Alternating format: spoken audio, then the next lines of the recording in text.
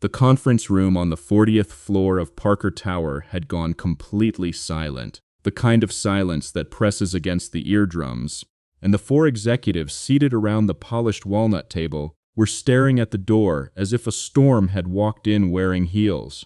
Scarlett Parker did not knock. She never knocked in her own building, and today of all days, she crossed the threshold with a single manila folder gripped so tightly that the edges had begun to crease under her fingers. And without a word of greeting, she dropped it onto the table so hard that a water glass jumped and nearly tipped, sloshing over the rim and darkening the wood.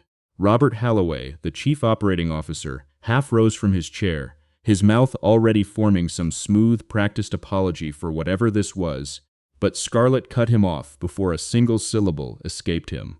"Sit down, Robert," she said, and her voice was not loud, which somehow made it worse. "You fired an honest man to protect four dishonest ones, and I want you to explain that to me before I have security walk each of you out of this building." One of the junior directors actually flinched, his pen slipping from his fingers and clattering off the table's edge onto the marble floor, the small sound echoing like a gunshot in the frozen room. To find out exactly how one little girl's phone call had brought a decorated corporate executive here, furious, prepared to burn down her own leadership team in front of witnesses. Stay with this story all the way to the end, because the truth of what happened at Parker Global would surprise even the people who thought they already understood loyalty and greed. If stories like this speak to you, the kind where someone quiet and decent finally gets seen, we'd love to hear from you in the comments, because so many of you watching have lived some version of this yourselves, and this community exists because you keep showing up to share it. There is an old argument that never quite dies in workplaces like this one. The argument over whether a company owes anything at all to the person who built it with their hands and their integrity once the money starts flowing in without them. And that argument sat underneath everything that was about to unfold in that boardroom. 2 years earlier, none of this had happened yet, and Cole Anderson was still just a project manager with dirt under his fingernails and a laminated badge clipped to his belt, walking the skeleton of a half-built apartment complex in the early gray light before the rest of the crew arrived. He was 38 years old, a widower for going on 3 years now, and he had built a quiet, careful life around the two things that mattered most to him: raising his daughter alone, and doing his job so precisely that nobody could ever accuse him of cutting a corner. He rarely spoke more than he needed to. He noticed things other people missed: the hairline crack in a foundation pour, the mismatched rebar spacing that would never hold under code, the subcontractor invoice that didn't quite match the material delivered. And he had learned, in the 2 years since his wife's death, that saying less and watching more kept him steady when everything else in his life had felt unmoored. He had once been on track for a senior engineering role at a much larger firm, the kind of promotion that would have set his daughter up for a very different kind of childhood. But when his wife got sick, he had stepped back from ambition entirely, taking the steadier, lower visibility work at Parker Global's construction division so he could be home for chemotherapy appointments and bedtime stories in the same week. Nobody at Parker Global knew that history. To them, Cole Anderson was simply the mid-level project manager on the Meridian Tower build, a $500 million contract that Parker Global's board had staked its reputation on landing, the largest commercial development the company had ever attempted, employing nearly 800 workers across 3 shifts. Robert Halloway ran that division with the kind of practiced warmth that made people trust him before they had any reason to. A firm handshake, a memorized list of everyone's children's names, a laugh that arrived exactly on cue in meetings. Underneath that warmth, Robert had spent the last 18 months quietly approving substandard materials from a supplier he had a private financial arrangement with. Steel reinforcement rated for half the load the specifications required. Concrete mixed with a cheaper aggregate that would not hold up past a decade. All of it funneled through falsified inspection reports that 4 different signatures had rubber stamped without reading. Cole had flagged the discrepancies twice through the proper channels, quietly, in writing, the way he did everything, and twice his concerns had vanished into an inbox that never replied. He was not the kind of man who escalated loudly or threatened to go over anyone's head. not because he lacked the courage, but because a wrongful termination fight was a luxury a single father supporting a daughter on one income could not gamble on, and he had learned the hard way that certainty was worth more to him now than being right in front of an audience. Scarlett Parker, the founder and CEO of Parker Global, was 14 time zones away during all of this, closing a joint infrastructure venture in Singapore that had taken 11 months of negotiation and would define the next decade of her company's growth. She was 41, whip-smart, and had built her empire from a single renovation contract into a multinational construction and development firm through sheer force of will after her own divorce left her raising an 11-year-old daughter largely on her own schedule of red-eye flights and video calls at 4 in the morning. She trusted her division heads because she had to. There were not enough hours in any day for her to personally verify every steel shipment on every job site in her portfolio, and so she had built her leadership around men like Robert Holloway, competent-seeming, well-spoken, apparently loyal. She had no idea, sitting in a glass tower in Singapore reviewing quarterly earnings, that the foundation of her flagship American project was being poured with numbers that had been quietly altered to protect someone else's bank account. Her daughter, Ava, split her time between international schools and the care of a rotating staff of nannies whenever Scarlett traveled, and it was during one of those long stretches away that Ava had come to depend, without her mother ever quite realizing how much, on the quiet, patient man who lived in the townhouse next door. Cole Anderson had never asked to become anyone's father figure. It had simply happened the way these things do, in small, unremarkable moments. Fixing a chain that had slipped off Ava's bicycle, walking her to the corner when the nanny's shift ended late, sitting on his porch steps in the evenings while she chattered about school, and he listened in the unhurried way. He listened to everything, giving her his full attention without ever making it feel like an obligation. Ava Parker was 11 years old, sharp as a tack, and fiercely loyal to the people she loved, and Cole Anderson had become, without either of them naming it out loud, one of the steadiest fixed points in a childhood otherwise defined by her mother's absences, and a revolving door of hired help. None of that mattered to Robert Holloway, who was, at that very moment, 3 floors above the job site office, drafting the paperwork that would end Cole Anderson's career at Parker Global inside of a single afternoon, and setting in motion a chain of events that neither he, nor Scarlett, nor even Cole himself could have predicted, would end with a little girl's phone call bringing the entire executive floor to its knees.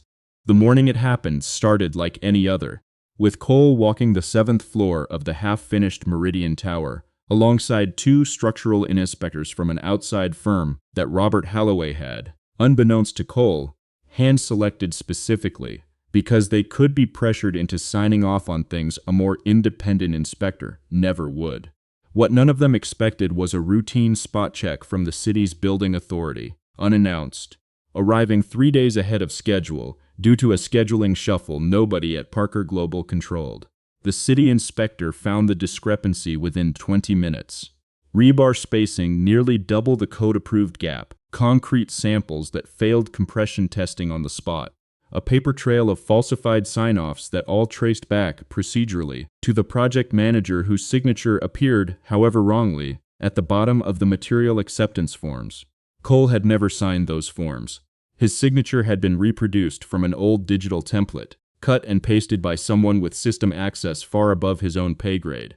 But in the chaos of the moment, with city officials threatening to halt the entire project and a $500 million contract suddenly at risk of collapse, Robert Holloway needed a name to hand the board, and he needed it within the hour. He called Cole into the trailer office at 11 that morning, and the meeting lasted 4 minutes. Robert did not raise his voice, and he did not look Cole in the eye for more than a few seconds at a time, sliding a single sheet of paper across the desk with a severance figure typed at the bottom that he clearly believed was generous enough to buy silence.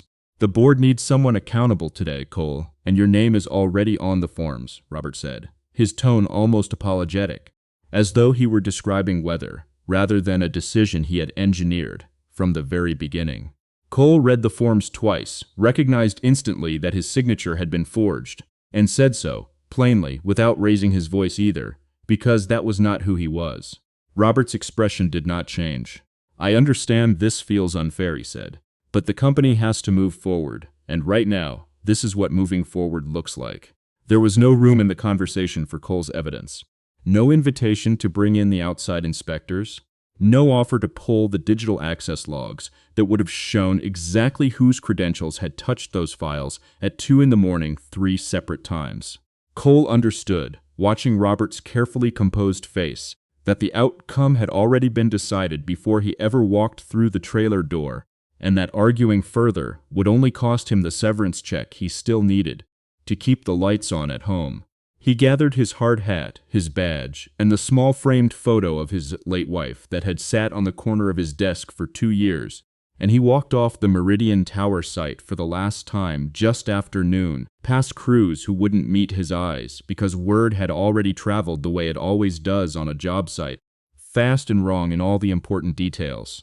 Nobody said goodbye except a young apprentice named Marcus, who caught up with him in the parking lot, guilt written all over his face, and admitted in a low, rushed voice that he had seen strange login activity on the material approval system weeks earlier and hadn't said anything because he was terrified of losing the first real job he'd ever had. Cole told him, gently, that he didn't blame him, and meant it, because he understood better than almost anyone what fear could make a person swallow. He drove home in silence, the radio off, replaying nothing, because replaying it wouldn't change what had already happened. And by the time he pulled into his driveway, the late afternoon light was slanting gold across the sidewalk where, as always, Ava Parker was waiting on the curb with her bicycle overturned beside her. One training wheel bent at an angle that suggested she'd hit the curb again, attempting the trick she'd been practicing for weeks. She looked up at him, and immediately knew something was wrong, the way children who pay close attention always know, and she didn't ask what had happened. She simply patted the curb beside her the way he had once patted a spot on his porch steps for her. He sat down, turned the bicycle over, and began working the chain back onto its gear with the same unhurried patience he brought to everything, his hands steady even though the rest of him felt hollowed out. Ava talked while he worked, about a math test and a friend's birthday party, filling the silence the way she always did, and somewhere in the middle of straightening the wheel he told her, in 3 plain sentences, that he had lost his job that day, and that he'd be around more for a while. She went very quiet, watching him work, and then she asked him if it was because he'd told the truth about something, because her mother always said the people who tell the truth are the ones companies get rid of first, a thing Scarlett had apparently said once in an interview that Ava had half remembered and fully absorbed. Cole didn't answer that directly. He just handed her the bicycle, now fixed, and told her to be careful on the curb this time. That night, alone in her room while the nanny watched television downstairs, Ava picked up the tablet she used for video calls with her mother and dialed the number she knew better than any other, her small face set with the particular stubbornness of a child who has decided quietly and completely to fix something an adult has broken. When her mother's face appeared on the screen, tired and lit blue from an overseas hotel room, Ava didn't waste time on hello. "Mom," she said. "They fired Mr. Cole, even though he always tells the truth." There is a version of every workplace story where an older worker's decades of hands-on competence gets quietly pushed aside by newer people with cleaner resumes and less real experience. And whether loyalty like Cole's should count for more than the polish of the people who replaced him is a question this story was about to answer in a way nobody in that boardroom expected. 9 hours would pass before Scarlett Parker's plane touched down on American soil, and by then, the entire executive floor of Parker Global had no idea their world was about to end before lunch. Scarlett had not slept on the flight home, not because of turbulence or the discomfort of the seat, but because her daughter's 4 words had lodged themselves somewhere behind her ribs and refused to loosen. Mr. Cole. She knew the name only in fragments, the quiet neighbor Ava mentioned sometimes in passing, the man who fixed things and walked her to the corner, and apparently existed in her daughter's life with more consistency than Scarlett herself had managed most months this year. She had pulled up the company directory somewhere over the Pacific and found Cole Anderson's employee file, a project manager on the Meridian build, termination process that afternoon by Robert Holloway's office. cause listed as gross negligence in materials compliance. She read the termination memo 4 times. It was clean, procedurally airtight, the kind of document built to survive scrutiny from someone who wasn't looking closely. And Scarlett Parker had spent 20 years building a career on looking closely at things other people assumed were finished business. Something about the timing bothered her immediately. The abrupt firing on the same day as an unannounced city inspection. The absence of any prior disciplinary record for a man who had apparently worked there without incident for years.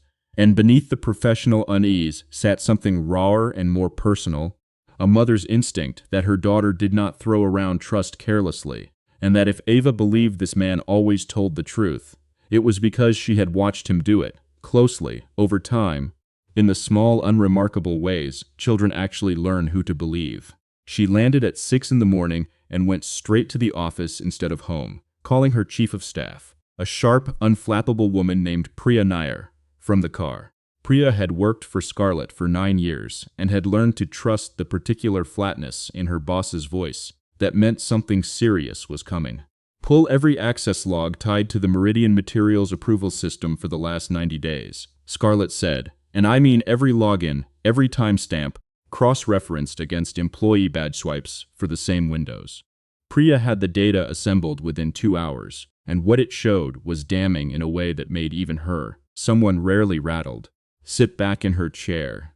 The falsified approval forms bearing Cole Anderson's signature had all been generated between 1 and 3 a.m, 3 separate nights, using a workstation and login credentials belonging not to Cole, who according to badge records had not been in the building any of those nights, but to Robert Holloway's executive assistant, a young man named Derek Voss who had access to Robert's systems for administrative purposes and who Priya discovered after a single phone call, had been under significant personal financial pressure for the better part of a year. Derek did not last long under direct questioning from Priya. He broke within 15 minutes, sliding across a folder of his own, texts from Robert instructing him exactly which forms to alter and when, evidence of a kickback arrangement with the materials supplier that had been running for over a year, funneling nearly $2 million back to Robert personally, in exchange for approving substandard steel and concrete on a tower that would soon house thousands of residents. Scarlett sat with that folder open on her desk for a long time before she did anything else, feeling something colder than anger settle into her chest, a recognition that the people she had trusted to protect her company's foundations, literally, had instead been selling them out from underneath her while she was 14 time zones away, closing deals meant to secure the very future they were quietly poisoning. She thought of the 800 workers on that job site, of the families who would one day move into apartments built on rebar rated for half its required load, and she thought, with a sharper and more personal sting, of a quiet man fixing her daughter's bicycle on a curb, while carrying the full weight of a firing he hadn't deserved, saying nothing, asking for nothing, simply going home to make dinner for a child who wasn't even his own by blood, but who trusted him more than she trusted half the adults on her mother's payroll. She called an emergency board session for that afternoon, and then, before anything else, she drove to Cole Anderson Street herself, alone, no assistant, no driver, parking her car awkwardly at the curb, outside a modest townhouse she had passed 100 times without ever really seeing. Cole opened the door in a plain gray t-shirt, clearly surprised, and for a moment neither of them said anything. Two people from entirely different worlds standing in a doorway that Ava Parker's phone call had somehow bridged. Mr. Anderson, Scarlett said finally, I think I owe you a conversation and possibly a great deal more than that. Before Cole could answer, her phone buzzed with an alert from Priya, a second whistleblower, a materials inspector named Grace Liu, who had been threatened with her own job if she raised concerns about the Meridian samples, had just come forward with independent lab results, proving the concrete failures went back even further than anyone had realized, adding an entirely new, more urgent layer to a crisis that was no longer just about one man's stolen reputation, but about the physical safety of a half-built tower already rising 11 stories into the skyline.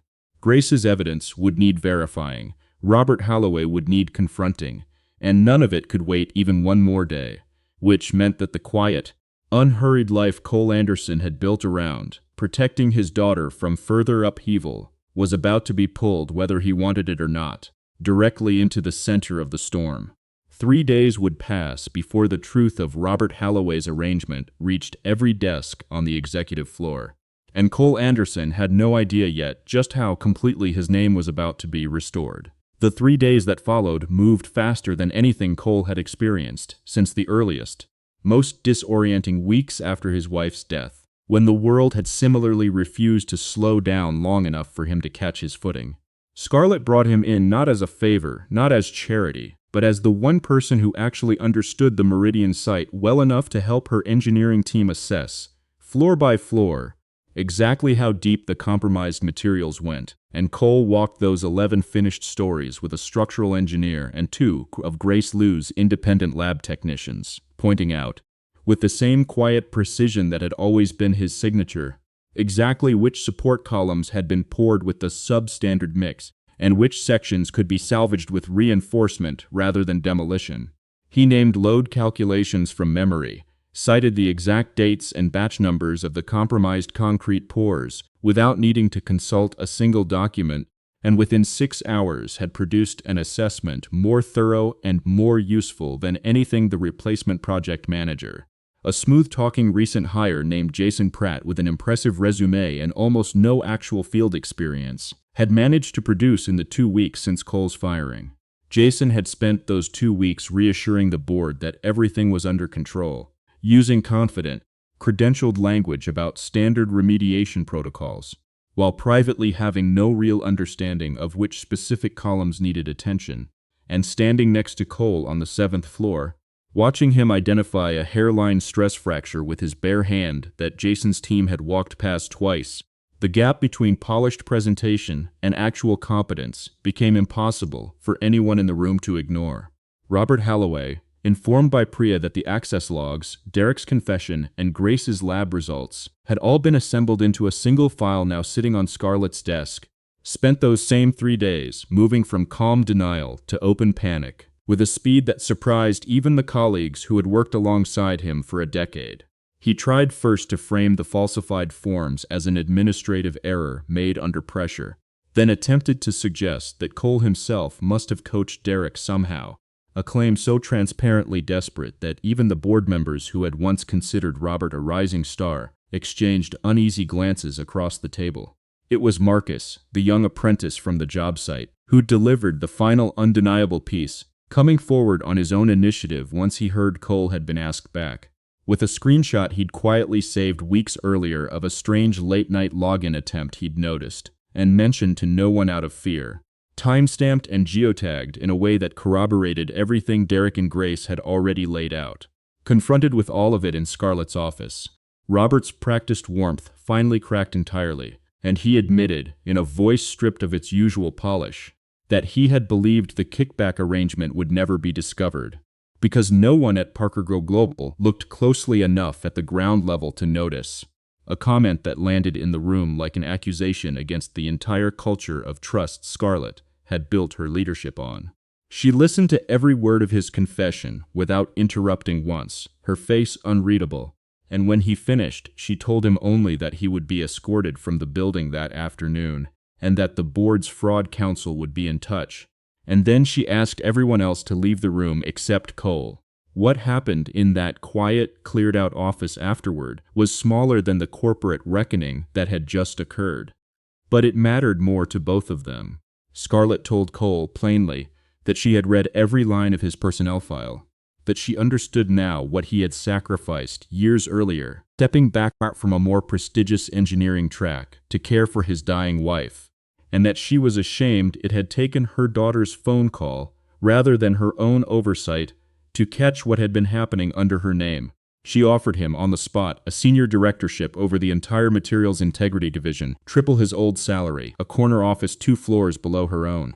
Cole, standing with his hands loosely at his sides the way he always stood, told her he was grateful, and that he would think about the title, but that what he actually wanted first was smaller and larger at the same time. An independent, permanently funded whistleblower verification office at every Parker Global site, so that the next Cole Anderson or the next Derek Voss, trapped by fear rather than greed, would have somewhere safe to bring the truth before it required a city inspector's lucky, unscheduled visit to surface at all. Scarlett agreed before he'd even finished the sentence. There is an old, uncomfortable question that sits underneath stories like this one, about whether staying silent to protect a child, the way Cole had for 2 long years, was really the wisest kind of protection, or whether speaking up sooner might have spared everyone this much damage. And the story was not finished answering it yet, because as Cole turned to leave that afternoon, Scarlett stopped him at the door and asked, almost hesitantly, whether he might join her and Ava for dinner that weekend. Not as an executive and a consultant, but simply as themselves.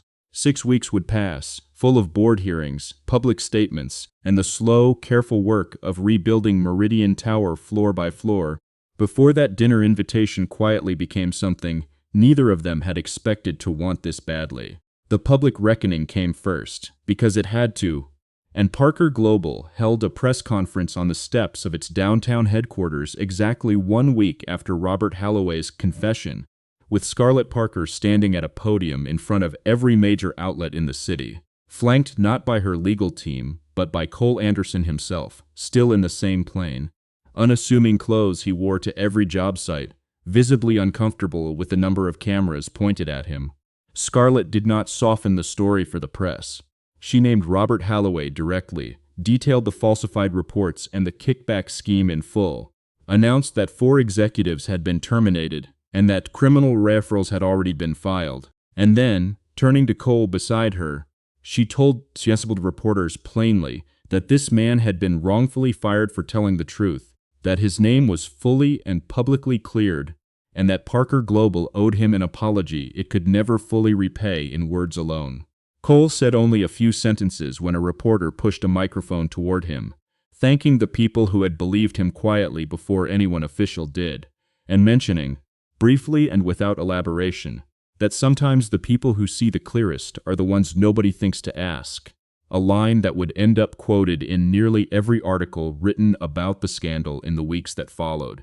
Some of you watching have spent years being the reliable, overlooked one at your own job, the person everyone depends on but nobody promotes, and if that's ever been your story too, we hope you'll stay with us and with each other, because that is exactly the community this channel was built for. The restoration, when it finally came, happened away from any cameras. Scarlett again offered Cole the senior directorship, and this time, with the whistleblower office already funded and staffed at her insistence, he accepted it, though he asked to keep his office on a lower floor near the field teams, rather than beside the executives, a request Scarlett granted without argument, because by then she understood exactly why he asked. Meridian Tower itself was fully remediated over the following 4 months, its compromised floors reinforced under Cole's direct oversight, and Scarlett made the unusual choice to have a small brass plate installed near the building's main entrance, not with her own name or the company's, but with a short line honoring the workers who had caught the flaw before anyone was hurt, an idea Cole had suggested almost as an afterthought, and that Scarlett had insisted on making permanent. The quiet coda arrived months later, on an ordinary Saturday afternoon, when Scarlett found herself sitting on the same curb where Cole had once fixed Ava's bicycle chain, watching her daughter now confidently riding circles in the cul-de-sac without a single wobble, the bent training wheel long since replaced. Cole sat beside her, a mug of coffee in each of their hands, and for a while neither of them said anything at all, which had become, over the months, its own kind of comfortable language between them. She still tells people you're the reason she learned to ride without training wheels, Scarlett said eventually, watching Ava round the corner again. Cole smiled, the small, private smile he rarely showed anyone, and said that he thought it was really the other way around, that Ava had taught him something too, about what it looks like to trust someone enough to fight for them without being asked. Scarlett reached over and took his hand, not dramatically, just simply, the way people do when a thing has already been decided between them for a while and only needed saying out loud, and told him that she had spent 20 years building companies and closing deals worth more money than either of them could easily picture, but that watching her daughter ride that bicycle, steady and unafraid, with the two people she loved most sitting together on the curb. Felt like the first investment she had ever made that actually mattered. If there is one thing this story asks you to sit with, it's this. How many people in your own life have been quietly overlooked, dismissed as replaceable, while the ones who actually held things together kept doing their work without complaint, waiting for someone, anyone, to finally notice? Cole Anderson never asked to be seen. He simply kept telling the truth, kept showing up for a little girl who wasn't his own, and let his patience speak for him when nobody else would. The bent training wheel that once sat crooked on a forgotten curb became, in its own small way, the symbol of everything that changed, proof that sometimes the smallest hands make the loudest calls for justice. If you believe that quiet, overlooked people deserve to be seen, we hope you'll stay part of this story with us and subscribe, not because the algorithm needs it, but because this community was built by people who believe exactly that. And if you want to know the one detail Ava said to her mother years later, the single sentence that finally explained why she trusted Cole before anyone else did, stay with us, because that final truth is still to come.